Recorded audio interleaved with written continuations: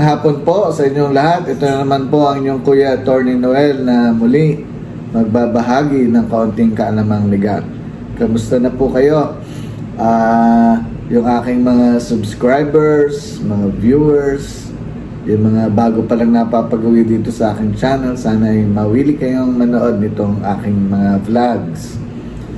Kung nagustuhan niyo po itong aking vlog ngayon ay paki-like ninyo, paki-share, at yung mga bago pa nga lang ay pa-subscribe po para naman ma-monitor nyo, mas baybayan nyo yung mga susunod ko pang vlogs. Okay, so ngayon meron tayong panibagong topic. Ang pag-uusapan naman natin ay ito, medyo simple lang, yung pag-a-apply ng housing loan sa Pag-ibig Fund o kaya sa mga bangko, pero may nakitang mali sa titulo ng lupa na gagamitin para doon sa housing loan na yon. Ano ba ang gagawin? Anong nire-require ng Pag-ibig Fund o ng mga bangko? Okay, yan. Yan po ang ating topic ngayon. Kasi dito sa aking opisina, maraming tayong experience dyan na yung mga yung mga new couples ay siyempre nag-aatikan ng sariling lupa't bahay. Pag minsan ay yung naghahanap sila ng paraan para magkaroon nga ng lupa't bahay. At isa dyan ay ang pag-apply ng isang housing loan sa Pag-ibig Fund na provided ng ating gobyerno. Kaya naman kung malaki talaga ang income ay at na maaprobahan sa mga bangko, doon sila nag-a-apply. Okay. Ngayon, may mga requirements. Siyempre ang Pag-ibig Fund o kaya mga bangko sa pag-apply ng housing loan. Sa Pag-ibig Fund kasi, ang ginagawa dyan ay una, naghahanap ng lupang mabibili. Pagkatapos yung seller ay willing to sell the property through yung Pag-ibig Fund Finance or let us say bank finance. Anong ibig sabihin nun?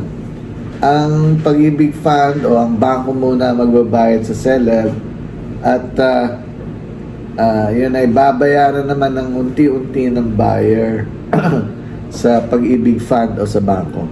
Sa Pag-ibig Fund, usually 20 to 25 years ang payment niyan. May monthly amortization ang ginagawa. Pero bago ka bigyan ng Pag-ibig Fund o ng bangko bago ma-grant ang housing loan mo, ini-evaluate ang mga documents mo, yung capacity to pay mo. Siyempre, hingan ka ng mga mga payslip, yung mga employment record mo, payslip na para ma-identify yung salary mo kung magkano. Ngayon, based on that, ay ini-evaluate yan ng Pag-ibig Fund o ng mga bangko para ma-grant o ma-determine nila kung anong amount ng loan ang ma-approve nila para sa iyo. Okay. Isa yan sa requirement.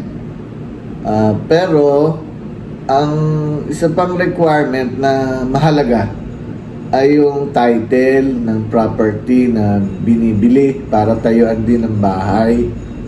Oo. Lalo na't hindi ito sa isang subdivision, hindi po sa isang subdivision, kundi isang private residential lot na gusto lang bilhin ng buyer through Pag-ibig. So, ngayon, pag dinala nga sa Pag-ibig yun, check-checkin ng Pag-ibig Fund o ng bangko ang title. Ang nagiging problema, kapag merong mali na entry sa title, kung merong discrepancy sa title. Ano bang ibig sabihin nun? Merong mga kasi errors in the, let's say, encoding, or mga clerical errors or typographical errors na tinatawag sa title, o kaya talagang nagkaroon ng pagkakamali. Ano ba ito?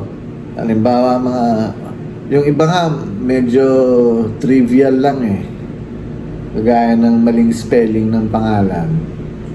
Pag minsan isang letter, 2 letters lang, hindi pa rin papahig ang Pag-ibig Fund o mga bangko nang hindi muna nako-correct yan.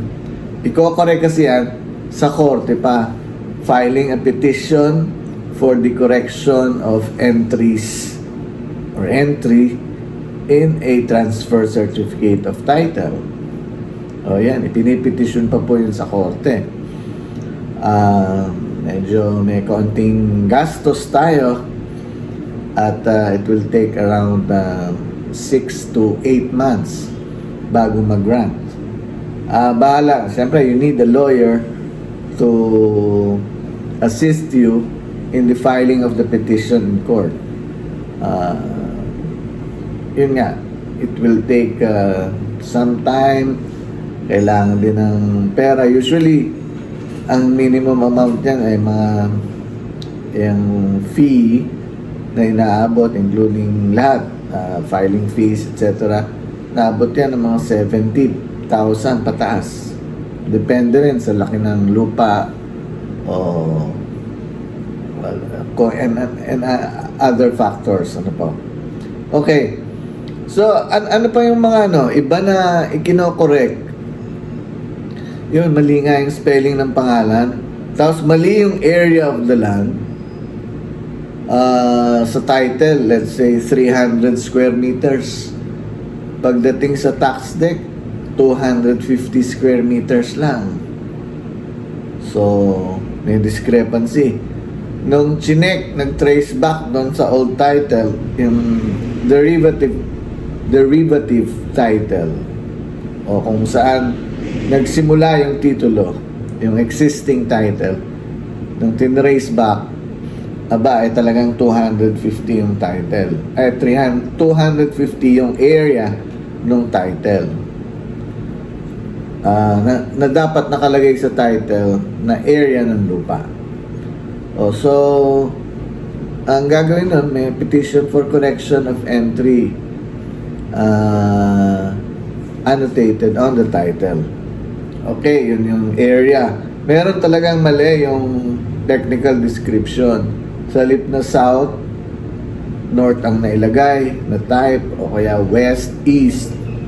And pag minsan merong medyo may malaking pagkakamali sa pagkaka-encode siguro ng technical description. Nung nung meets and bounds, yung mismong description na ng parcel of land kung saan ito situated. So, yan. Kapag merong mga ganyang pagkakamali, hindi ina-approve ng agad ng Pag-ibig Fund o ng bangko ang housing loan.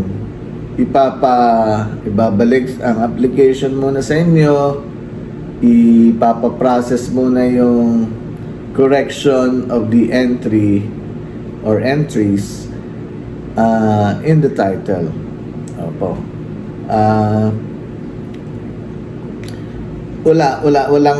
Walang remedyo kundi iyon. Ayaw naman kasi dumating sa pagkakataon na miss ng Pag-ibig, sila pa yung magpapakorek later on. Kasi ang gagawin kasi diyan, once ang loan ay approved na, ita-transfer na yung title sa pangalan ng buyer-borrower. Ngayon, pagdating sa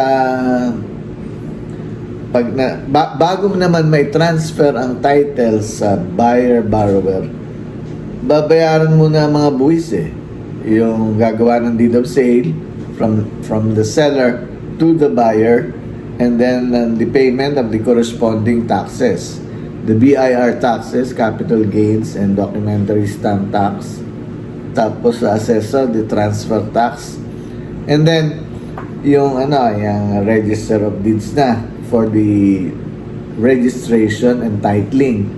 Syempre hindi yun i-register ng register of deeds.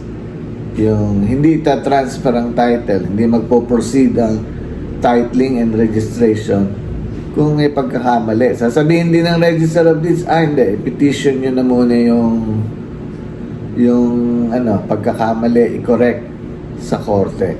Kaso at that time, kapag nagta-transfer na ng title, ang Pag-ibig Fund, nabayaran na niya yung seller.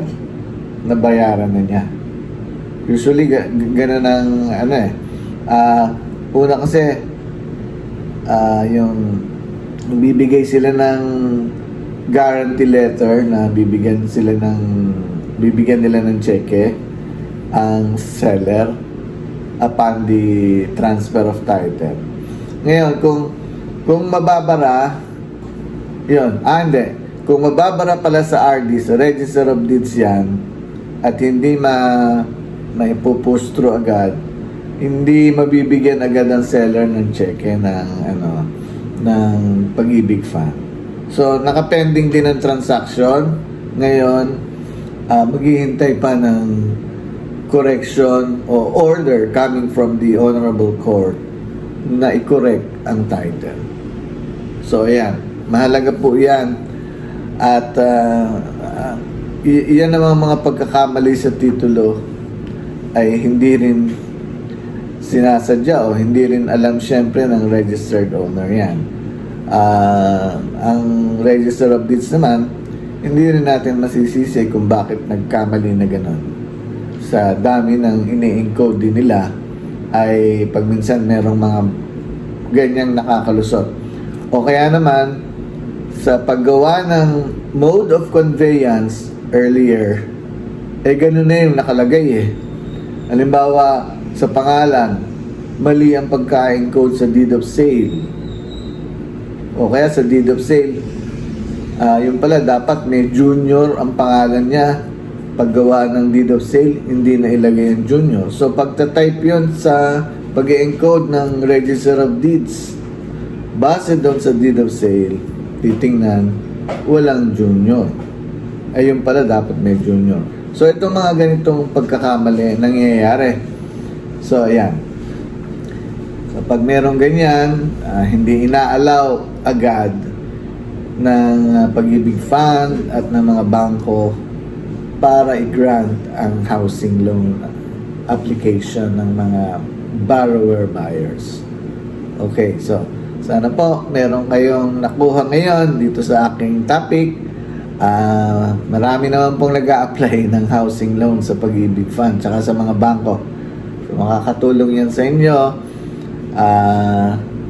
Wala kayong choice kundi ipakorek muna sa korte through the assistance of a lawyer ang titulo.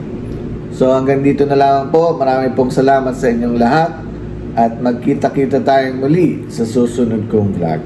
Thank you very much.